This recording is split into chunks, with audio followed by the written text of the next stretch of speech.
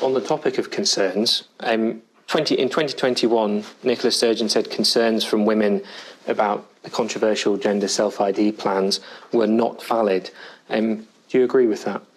I think it's important that the important protections that are in place for women, which are contained within the Equality Act 2010, are put into practice, and that's what we should do. So is that a yes? Well, I'm giving you my answer. That's what we should do. We should make sure that what's in the law just now is put into practice. But were the concerns valid?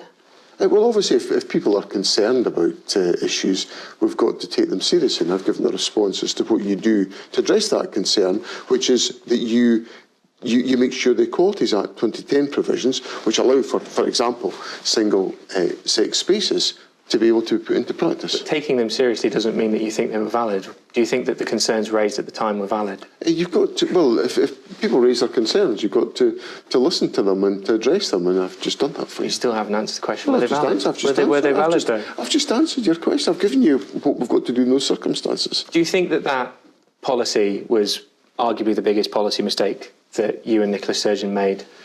Obviously, it's been very controversial, and the legislation has been challenged by the UK government, and I can't unblock that.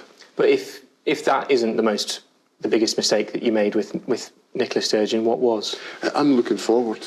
Well, I'm looking back. Well, I'm looking forward. I'm looking ahead. You've been around for a while, First Minister. I think it's a fair question. Well, yeah, and Scotland's in a stronger place as a country as a consequence of what the SNP government's done. So we've got lower child poverty than the rest of the UK. We've got stronger early learning childcare provision. We've got at this point. We've got I'm giving you substantive evidence of why Scotland's a better place as a consequence of what we've done and the actions I've taken in government. I want to build on them. I want to continue to improve Scotland. That's what I'll do.